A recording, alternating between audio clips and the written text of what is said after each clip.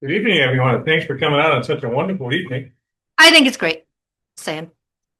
Hopefully. We'll do it. Mike's. Item one, call to order. I just did it. Adoption of the agenda. I move to adopt the agenda as warned, except I have a correction to make once the motion is seconded. Second. Okay, I'll make it correct. The correction is under agenda item 3 sub C sub 2 for the liquor permit for Red Clover Ale Company. It is not for November 11th. It is for November 22nd. Okay. Anything else? Nope. Okay, all in favor of approval of the adopted agenda, please say aye. Aye. Opposed, no one. We're rolling. Item 3, consent agenda for minutes and liquor licenses and warrant. I'll move that we list items 3A, B, and C sub 1 and 2 on a consent agenda. Second. Motion and a second for item A, B, and C on number 3. Any questions or discussion? None heard. All in favor of the motion, please say aye. Aye. Aye. We are done. Item 3. Item 4, select board reports. Town manager first. Thank you, Mr. Chair, members of the board, members of the public. I published my report and I would like to call attention to just a few items in it and give one update. I would like to advise the community that Veterans Day is tomorrow. Veterans Day exercises under the direction of the American Legion will take place at the Civil War Soldiers Monument in Central Park at 11 o'clock tomorrow morning, and the community is invited. I want to thank Gabe McGigan, who is completing 16 and more years of service as Brandon's representative to the Rutland County Solid Waste District. He has most recently been the vice chair of the board and of the executive committee. Gabe has been instrumental in stabilizing the board during a time of turbulence, and so that position is listed as one of the open positions now. So the open positions include an alternate to the Brandon Development Review Board, an alternate to the Brandon Planning Commission, a voting member of the Energy Committee, and a delegate or representative to the Rutland County Solid Waste District. If you'd like to be considered for appointment by the Select Board, please see me with an application. I want to express our welcome to longtime Brandon resident, Mr. Ray Marcoux, who is here. Ray has accepted a position in the wastewater treatment division and will be starting with us shortly. Ray is known in the community as a hard worker, and we look forward to his contributions to our public works mission. The chief did go up and take the delivery of the, do we want to clap? Sure. Sorry about that. Didn't mean to step on that. The chief did go up and he took delivery of the new service weapons and holsters. And the update is really encouraging. In advance, he made some arrangements with a qualified examiner. The chief and Officer Kelleher and Officer Cochran have all qualified on the new service weapon. So they're in service now. The Walthers are in service, and the old weapons have been turned into the dealer as a trade. And at the next board meeting, we'll have the balance to settle up for the replacement costs. There was a lot to report on the administrative and finance section. I won't go over much of it, except I believe there was a question at the previous meeting where I was not present about interest and penalties on taxes and wastewater. So I'll read that little piece. Interest on taxes and wastewater posts every month on the 15th. The penalties for taxes post on May 15th. And the penalties for wastewater post on October 15th. And I want to clarify the reason that that came up is that my last report that I submitted to the meeting that I was not at, I mistakenly included this year, the current year's late taxes, the people who missed the payment that was due in September. So that was the $90,000 jump. Those are not actually officially delinquent until after the close of the tax year. So I apologize for that. That was my mistake. Normally, I just report the closed years and the actual delinquencies. So if you compare the 2 meetings ago number, the delinquent tax number, that meeting was 529,610, and the same number now is 516,880, which is much more in line with expectations, people making payment plans and so forth. So I apologize for that. Thanks, Brent, for calling that to our Yeah, attention. thank you. Thank you. And in good news, the town received its local option tax quarterly distribution. The amount is $91,736.27. This is the first time our revenue has exceeded $90,000 for any quarter. And it brings the total revenue of the 1% tax since it was initiated in February of 2017 to $2.14 million. And I would say this is also now the case. The town used to get 70% of all of the 1% that was collected. And through a change that the legislature enacted, thanks to requests from lots of towns through the Vermont League of Cities and Towns, the town's share has increased from 70% to 75% of the total collection. So, For that. yeah, that's good. Yeah.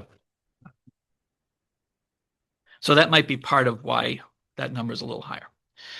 In community development, Larry Stevens and I went on Saturday. Well, we stayed in Brandon, but we attended a virtual training on short-term rentals that was pretty useful. So I prepared a little one-page note, and Larry and I are going to look at that, and the Planning Commission may take a look at that, and the Select Board can take a look at that. So you can determine whether you want to do some regulation, form a registry, have an actual inspection process. Like there's different levels of what the community might consider. Bill and I were pleased to be at the ribbon cutting of Ida's House of Vermont, which is a new dementia care facility in Park Village in Brandon. It's a really nice home-like setting, and the staff are on the leading edge of whole patient-centered dementia care. So we welcome them to Brandon. They'll be welcoming their first residents soon. And I think there was another item to follow up on regarding the waterfall/dam in the center of town.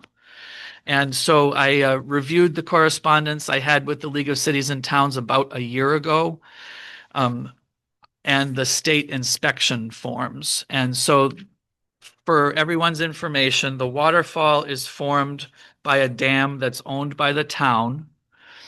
The dimensions given are 15 feet high by 66 feet wide for the dam itself.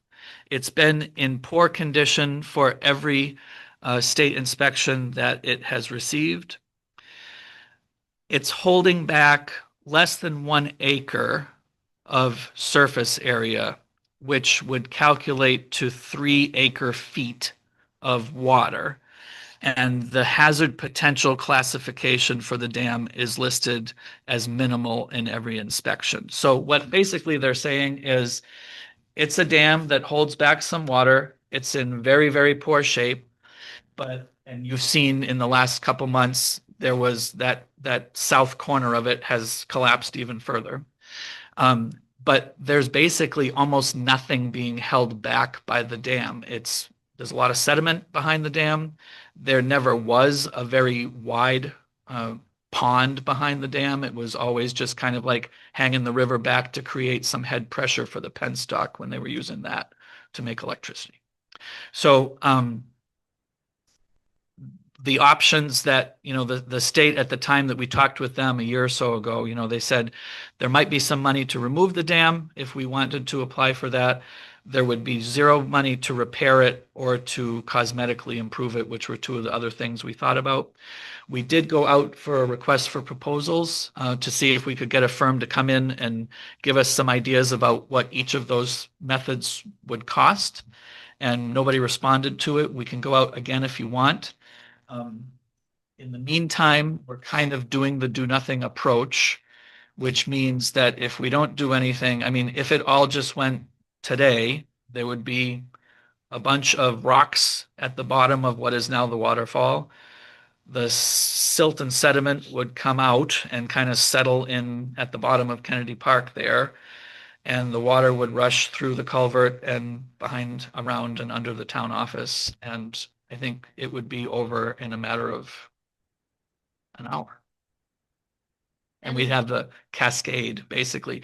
So the upper falls, which is what we're talking about, has had that uniform looking waterfall because of the dam. And the lower falls, with, if you're familiar with those, kind of down at the bottom of Jeff's Road at Briggs Lane there, you know, it's much more of a cascadey kind of natural thing. And essentially that's what we would have up at the top if we do nothing. That was my question. Like, if we removed the dam, there would still be. They built it on naturally occurring ledge. Exactly. Yeah. Okay. Yeah. So does that answer the question that was asked? About Well, that there yep. really is no downstream property damage risk. That's the main thing that our insurance company cared to tell us. I think Billy Bullock asked that question and he is up there. Okay. Do you have any additional question to that, Bill? No, that was great information. Just kind of curious. Going to miss the waterfall when the day comes, but If we removed the dam, it would still be picturesque, however. I think so. Yeah.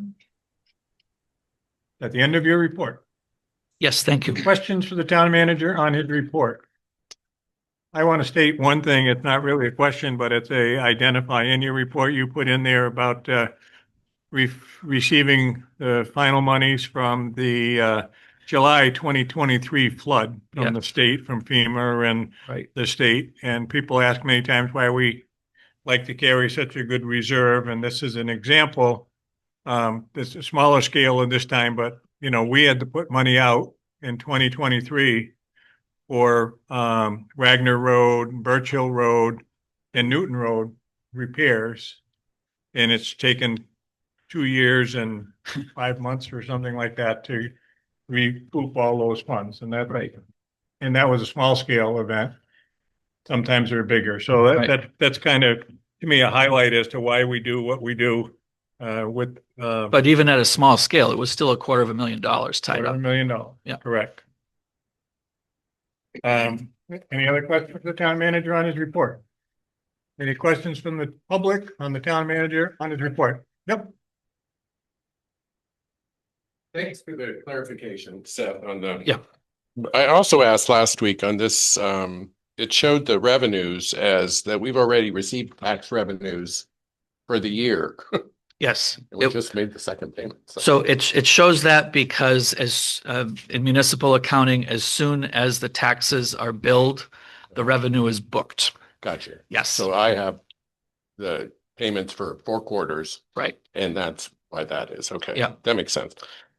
The other, go ahead. I was going to say, what will happen eventually is at the close of the year, at the end of June, the taxes that are still delinquent 2 months later get knocked off the revenue line because they're no longer considered receivable. They're considered a delinquent liability that has to be pursued. So that's why you'll often hear when the board's asking about, has the audit been done? Are the auditors in? All that kind of stuff.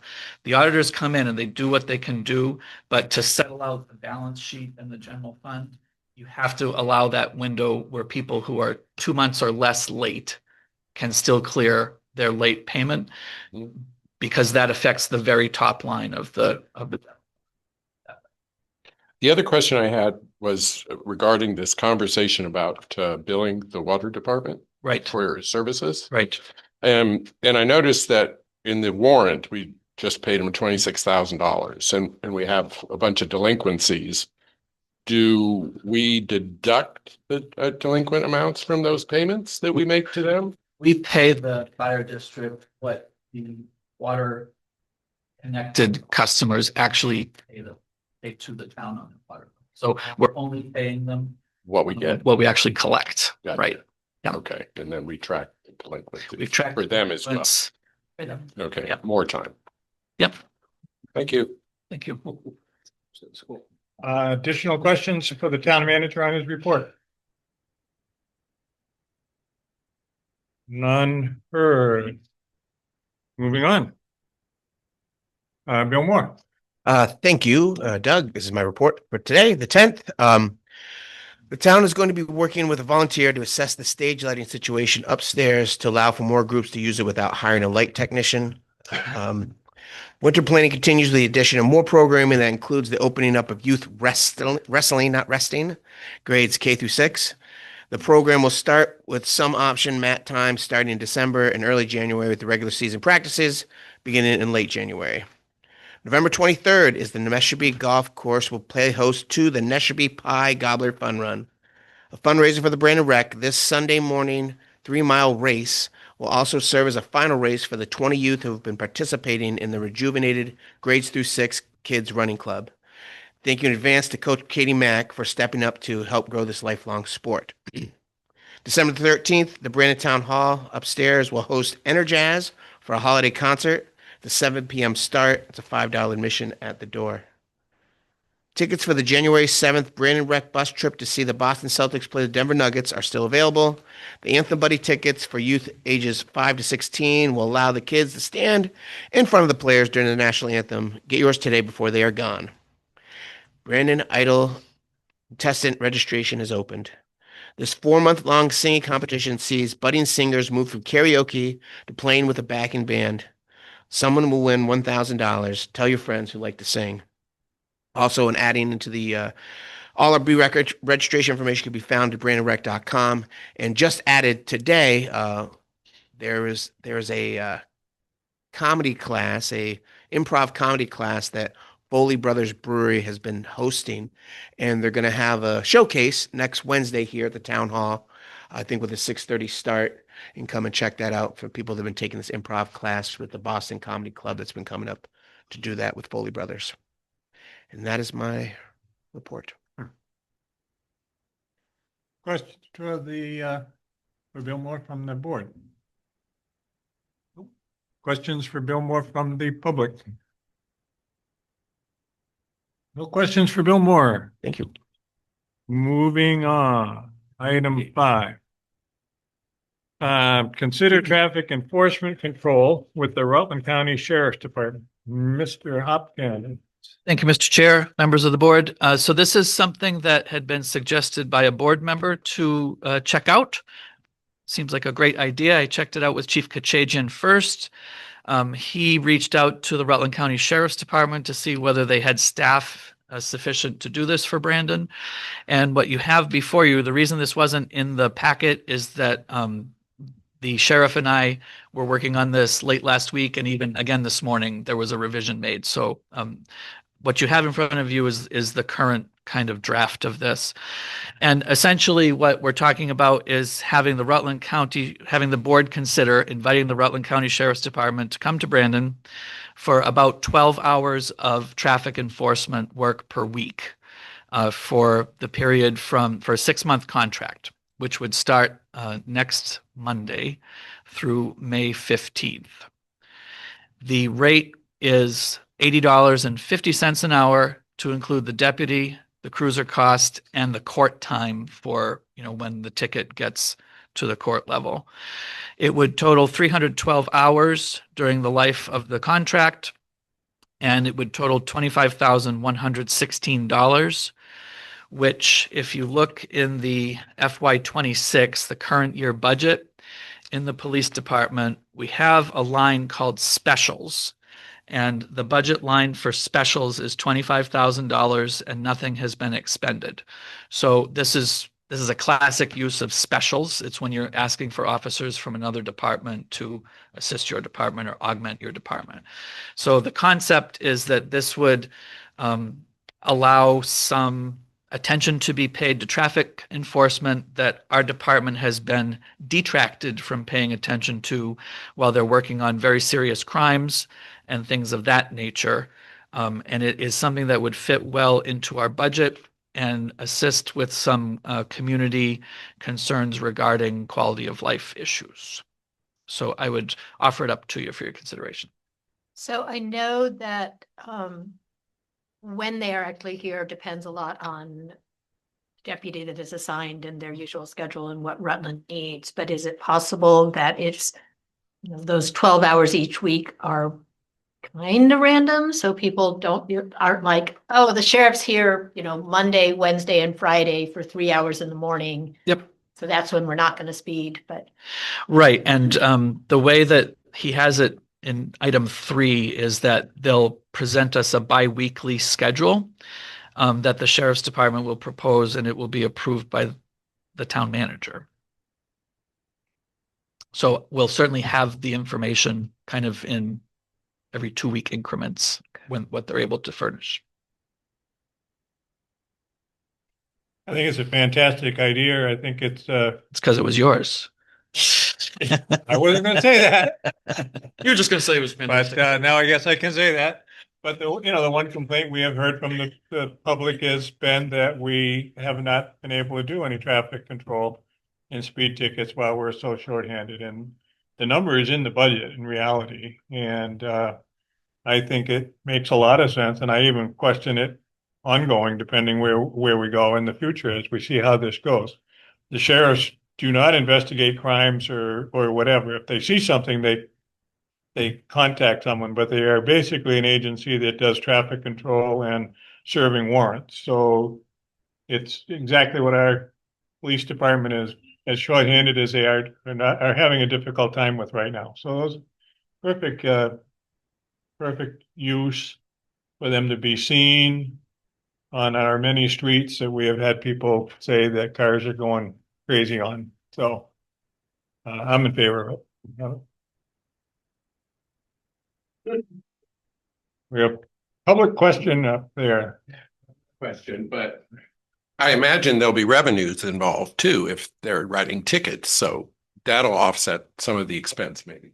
There should be some offsetting revenues. So the way that it works is that if they're writing a ticket that is a violation of a town of Brandon ordinance, like our traffic ordinance is what establishes the speed limits on town roads. If they're on Wheeler Road and they're writing tickets, right, the ticket is primarily going to benefit the town as far as the cost of the ticket. If they're writing a ticket that's in violation of a state statute, the town actually wouldn't have a part of that, but there would be, there would still be behavior that would be addressed and corrected, but the state would be the revenue receiver.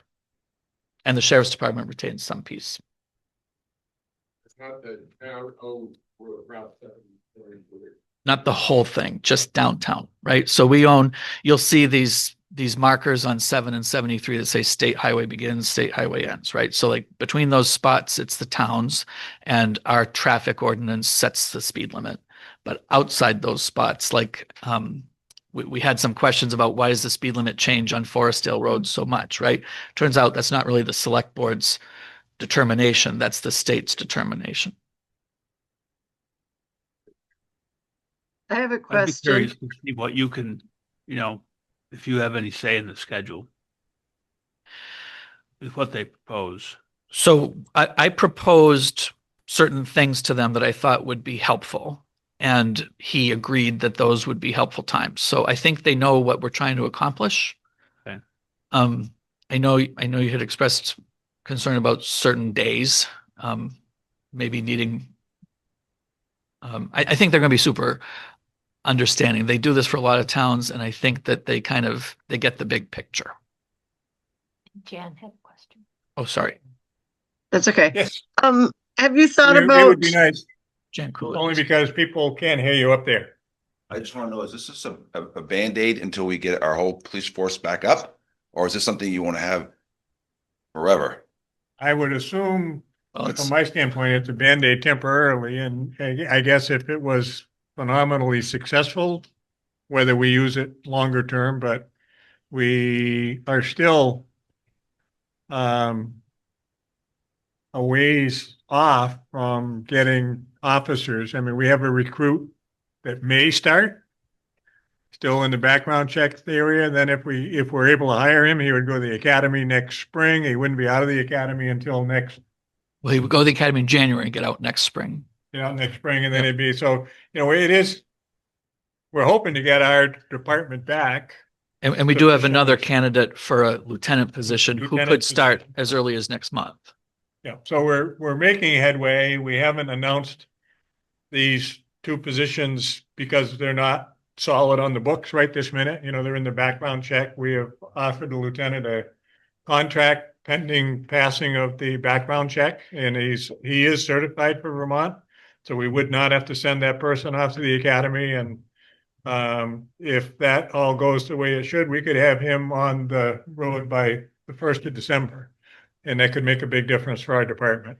And the other one is not a Vermont certified officer, so they have to go to the academy. So I guess in one hand, it's a Band-Aid to get through where we are, but on the other hand, I see it as still potential that if we don't have still a lot of help and it goes well and we want to book the sheriffs a little bit, we've started a relationship with the sheriff. So Jan had something. Jan? I was just thinking about last year during budget season that the chief recommended or was asking to get more of those speed carts. And I think they were like $6,000 or $7,000. Have you considered ordering one of those, seeing that he's under budget right now? We actually met with somebody who distributes them and got kind of updated quotes, and the quotes are not outlandishly more than we thought, from the old days. But those have some limitations. That the chief has not classically had them deployed. I don't think Brandon has had them deployed during snow plowing season because they're kind of an obstacle.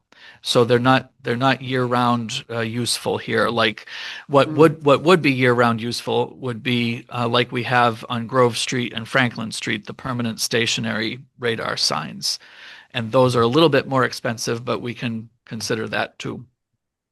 Thanks. I'm sorry to pile on, but what would really be useful if Vermont had laws like Maryland or other states that allow for speed enforcement through cameras, but Vermont does not have that and seems to be a long way off from that. Okay. Pleasure of the board on this item. I'll move to approve the traffic enforcement contract with the Rutland County Sheriff's Department. I'll second that. Motion and a second. Any additional discussion? None heard. All in favor of letting Seth have the contract with the Rutland County Department, say aye. Aye. Opposed, no one. I think that's going to be very helpful. Item 6. Request to replace the 2016 Ford Cruiser on Municibid for auction. And that would be you again, Seth. So thank you. I have a one-page memo about what we have for cars, who we have for officers, what we have available for money. And it's kind of a 2-agenda item proposal. I really, because the new car or the replacement cruiser is coming in imminently, according to the people who are doing the upfitting, I really would like to place the 2016 Ford Cruiser on Municibid for auction. We don't need it at this moment, and its inspection sticker is valid through January. And we understand that it's questionable the ability of inspecting it again. Pleasure of the board. More discussion. I'll make a motion. We put that 2016 Ford on Municibid. Second. Okay, we have a motion and a second. I'd like to say, so the public knows, if we sell that, then the money goes into the capital fund that we can use to purchase on another cruiser or capital that we deem that we need. Any discussion on that? Motion and second, none heard. All in favor of placing the 2016 for sale, say aye. Aye. Aye. Opposed, no one. Thank you. Going on that. Item 7 falls a little bit in line with that one. Request to solicit bids for a new police cruiser as we restaff the department. Right. So that's in the same memo. It talks again about those same features. You could, I would like for authorization to go out to bid to see what a 4th cruiser would cost us. We'll use the normal channels that we have. We'll send directly to some dealers we've bought from successfully in the past or who have quoted for us competitively in the past, and we'll do a very broad, request through the state sites and so forth. And then it's not a commitment to buy anything, but at least we'll have it in hand. And if it turns out that our roster is increased the way it's lined up there with the lieutenant candidate coming on board and the officer candidate coming on board, then we would have 5 officers and 3 cruisers, and this would give us a 4th cruiser. So there are 4 ways to pay for it. It's mathematically not possible for us to fully exhaust the police wages line in FY26. We cannot do it. So that's how we paid for the cruiser from FY25, was we used that excess. So that's a possibility. You could also use the capital fund balance, which has about $70,000 in it. You could use some of the local option tax, which has $400,000 in it, or general fund balance, which is probably the least attractive of those things. And that decision, again, would get made after going out to bid and you considering the bids and whether you wanted to buy a cruiser or not. Discussion from the board? I don't think it hurts just to get No, I think we bids. should- I think we should. Yeah, I see no harm in putting out for bid. Somebody like to make a motion? Oh, you may. I'm sorry, I did not. Thank you. Yes, Brent Bueller again. That's what the capital funds are for, correct? To buy equipment and Yes, things like that. So I don't understand, when I vote for a police man, I'm not voting for a police car. So when I vote for the salary line, I'm voting for police officers. I'm not voting for police cars, even though we don't have police officers. And I've expressed this before, that we don't get a credit back, even though we're $130,000 under budget for the police salaries this year. But that's what I voted for. I voted for policemen, not police cars. So if you're going to buy cars, it should be under the capital fund. That's my opinion. And doing that, the flip side of it would just be that whatever we cannot spend in the police wage line will end up going to be a plus on the general fund balance. So that's what would happen. kind of go into the reserve. Yeah. So Right.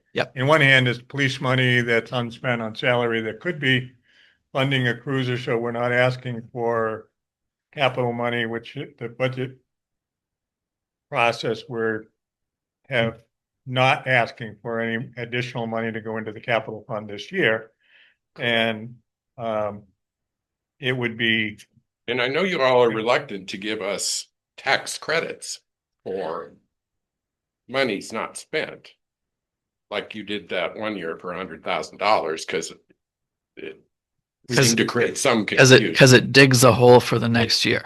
I understand that, but I think there was also a groundswell of anti that year that added to all of that as well. So I think if the public's informed that, gee, we have excess money, I'd love a tax credit. But I also understand that if you go over budget, I'm going to pay to reinvest in the general fund or something else. But I'd like to be asked as a voter what I want to spend my tax dollars on, basically. I think a better way to look at it, or one way to look at it, I'm not going to say a better way, but one way to look at it is that when we do the budget, we do line items.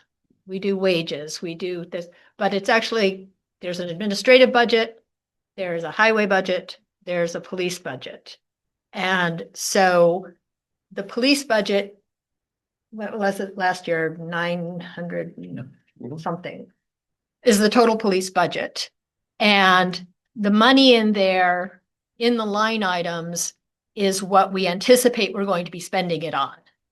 But if we don't spend it on one of those line items, it's still money in the total police budget that was voted for.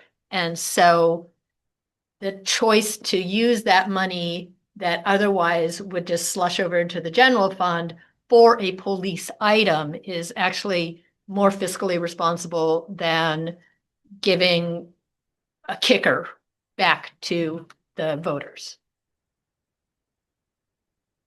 I understand that, but I also know that when I'm looking at the town report, I'm looking at salaries this, this. Total budget for the police department with salaries listed. And we're voting for that. We're voting for 6 policemen or something, and we have what, 2 right now. We voted for We're not- five and we have 3. Or we have 3, but it's not like it's a holiday to go spend money because we haven't, because we don't have the other policemen. I mean, that's just my opinion. Yeah. I think that's why we have a capital fund, and we established a capital fund last year for $50,000 to buy things, and we have the 1% tax for that purpose. And I just feel like it's more transparent to tell people what you're using the capital funds for, rather than each year buying a police car. You bought a cruiser last year with funds of salaries. And this has been a pattern since I moved here in 2006. The police salaries are being used year after year. That's how the general fund got built in many years. So it's just a matter of transparency, I think. Yep. Would you like to speak? Hi, I'm Jim Kelly. My question is, how many cruisers can you drive at one time? And then if we don't have the people to drive the cruisers, why would we burden our taxpayers with that expense? And then I personally worked for a department. We had 10 full-time officers and we ran the department with 2 operational cruisers. And so why do we need 4? Are they take-home cruisers? So how many people do you have on shift at one time? If you have 2 on shift at any given time, then you'd be running 2 cruisers. I could see where you could go and have 3 cruisers, because operationally, if you had 1 down for repairs or things like that, and you had 2 officers out on the road, and we had a fully staffed department, but I can't see, you could price it out, but I can't see bearing the expense of purchasing a 4th vehicle on our taxpayers' dollars. So, And that's a good point. And I think, first, they're not take-home cruisers. I think we got rid of that. I think the idea was we're going to be selling the 2016, that has passed inspection this year, but might not. So we're going to sell that one, and then we'll be down to 3. And right now, we're just talking about getting bids for a 4th in case we get a fully staffed police department, in which case we would have 5 total, 6, 5 total, 4 cruisers if we bought the 4th. But right now, we're just talking about getting bids just to see how much it costs. yeah, but you get my point. I do. You're not going to be running that many cruisers at any given time, so why do we need that many? So the chief believes that this is a recruitment positive, that when he's trying to fill these positions, that if an officer feels like there's a cruiser that is kind of their cruiser, in the same way that at the police station, there's a desk that's their desk and a computer that's their computer, that they'll feel more ownership, they'll feel more attracted to considering Brandon for a position when they feel like all of the stuff that I need, all of the tools that I need to do the job are going to be available to me if I come to Brandon. I didn't take a job because of a cruiser. Understood. So, and I know we had shifts that would be assigned to given cruiser, like that was one you'd take care of, and Right. when you were on shift, you took care of it. And I didn't take a job because of a cruiser, but And his other flip side of this was that if we're using a smaller number of cruisers for more shifts, we're going to be just replacing the cruisers faster, right? Than if we're using a number of cruisers that's higher for fewer shifts, like they should last longer. well, Mechanically. you look at the mileage and the operational hours, because they can be sitting idle Yeah. for quite a period of time. And then I had another comment about enforcement entities with a contract. If you look under Title 23, Section 1007 and 1008, those are your municipal ordinances for speed enforcement, where the revenues would come back to the town for stop signs and yield signs. And so if those municipal ordinances are in place and in your contract with the sheriffs, you go, we would like for you to write under these particular sections so that revenue generates, comes back, helps pay for cruisers, gas, whatever you got down the road. Those are things you can You can look at Yeah, it. we led off with that, and I think the sheriff's department was pretty in tune with doing that. Like this, as I say, like this is something that this was not inventing a wheel for them. This was something that's kind of their bread and butter. Thank you. Thank you very much. Thank you, June. Who? Chris, I think, Chris. Chris, Well, I'm from New Hampshire. I was born in Vermont and everything like that, moved away. Our fire department, our police department struggled getting employees. They put a new building up. They all got new cars. And I know can't afford it here, but police are gonna go to where they're gonna drive around a junk car. I don't see how you could have just 2 cars in this town. I just don't see, even if you had 5 cops with 2 cars, one breaks down, you have 1 car.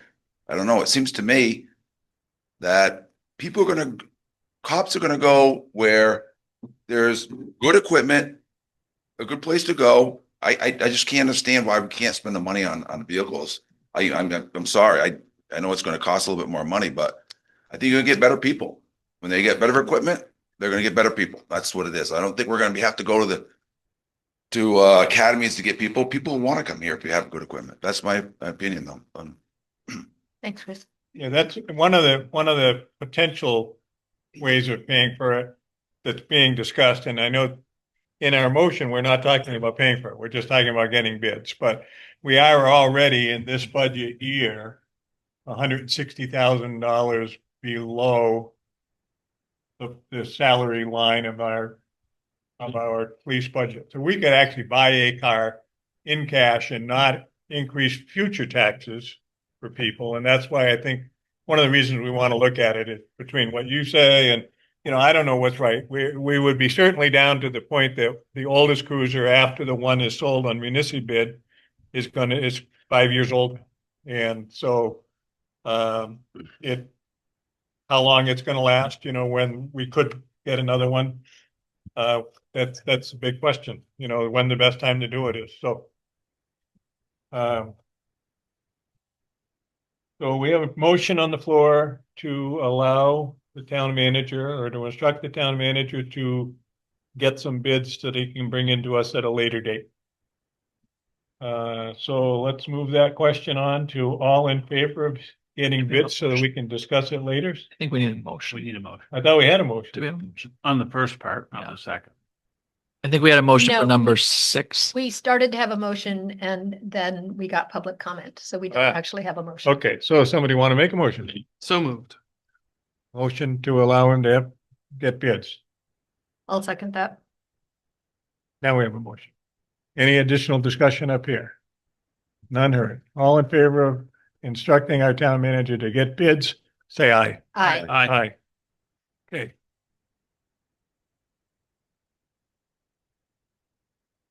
Okay.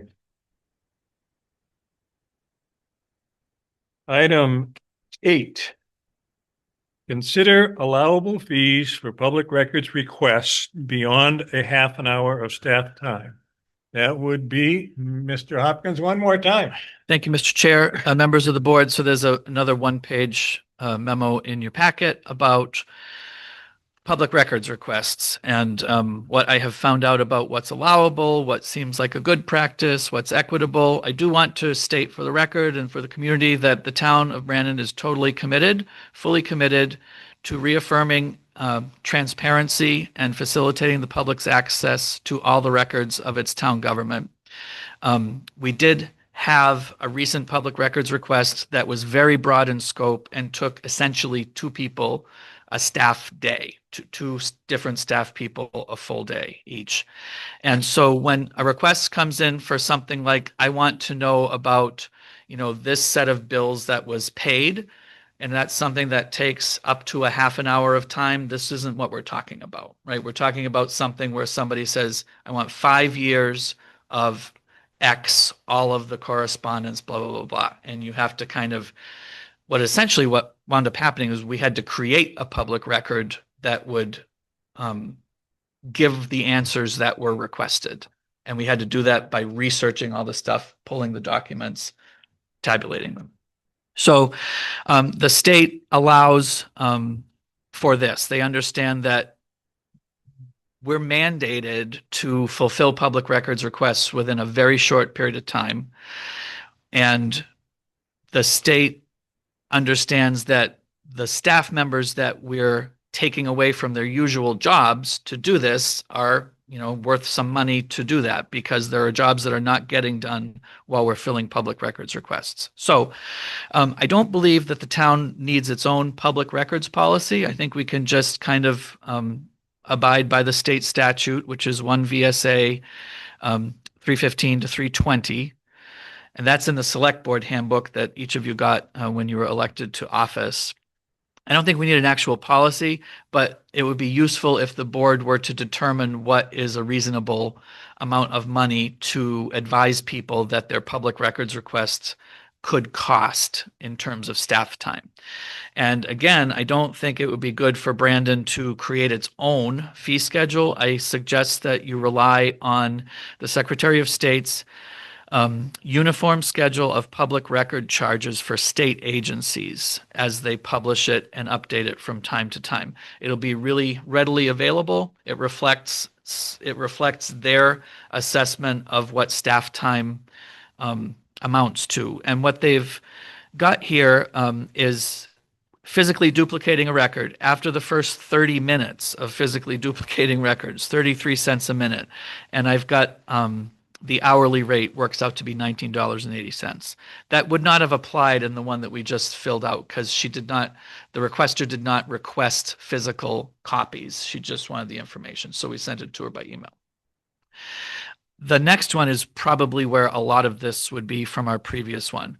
Senior level staff time, information technology specialist time spent extracting data from databases or performing similar tasks necessary to comply with a request to create a new public record. After the first 30 minutes of doing that, 57 cents per minute, which is $34.20 an hour. For any other staff time for which cost can be charged and collected, 45 cents per minute after the first 30 minutes, which is $27 an hour. So I think if you do this, you will be doing it with a defensible fee schedule.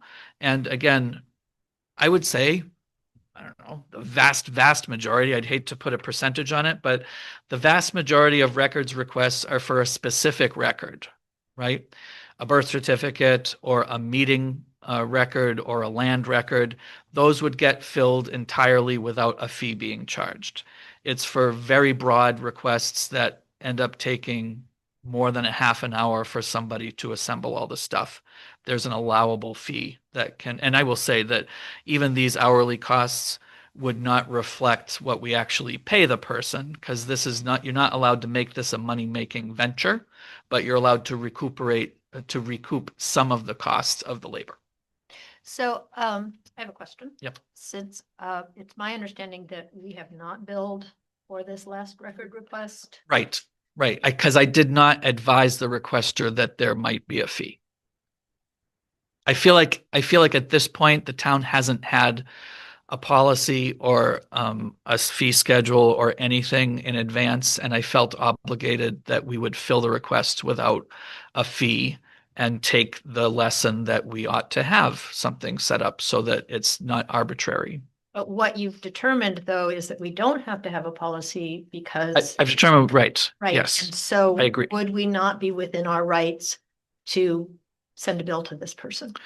I think in a legal sense, it would be a defensible bill, but I don't think in a treating someone with courtesy sense that I don't think it's what I would recommend. Off the top of your head, do you have an idea of how much that particular request costs? If we were doing it on these rates, I would say that it was 7 hours of a person at $34.20, which is So about 200. $239, plus 6.5 hours of someone at the $27 rate, which is $175, so about $400. And Sue Gage sent us an accounting that she had calculated it out that there was more than $650 of staff time invested in that. That was right? my calculation. That was yours? So that was my calculation based on what the actual paid rate is. Right. As And opposed this to- is kind of, right, so this is kind of demonstrating that this would recover maybe 2/3. Gotcha. Yeah. So the law states that we need to give people any information they ask for. Most people are asking for one particular thing. I know in my tenure on the board, we've had 3 requests of people that we won't get into, but ask for really big, huge lists of things to be compiled, which everything has to stop to do it within the 3-day time limit. Correct? Yes. There's some allowance for if you realize you can't do it in 3 days. If you have a very good reason, you can explain why you can't do it in 3 days. And then you only have another few days after that. You can't say, I'll get back to you in a month. It's like, I'll get back to you in 6 days or something. Well, what I would recommend, and I don't think because it's a law that's already enacted that applies to us, we don't have to adopt or do anything else. But what I would recommend is perhaps putting on the town's website maybe even just this box, public records requests. So people know upfront that there is a fee structure.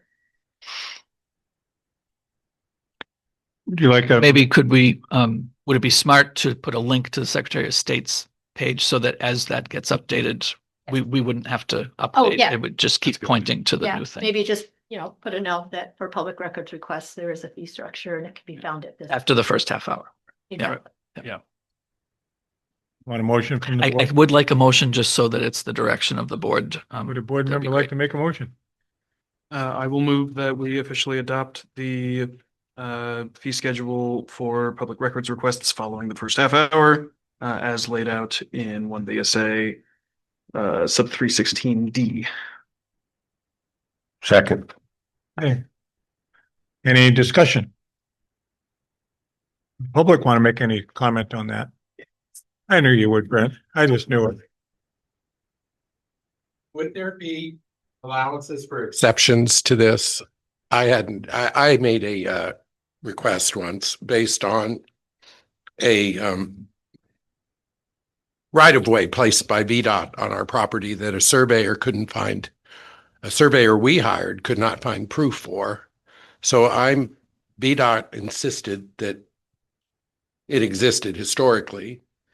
They could never come up with anything. So I made the request to the town to prove it, to come up with the information, which I think was reasonable, given the situation, given that the surveyor we hired could not find anything.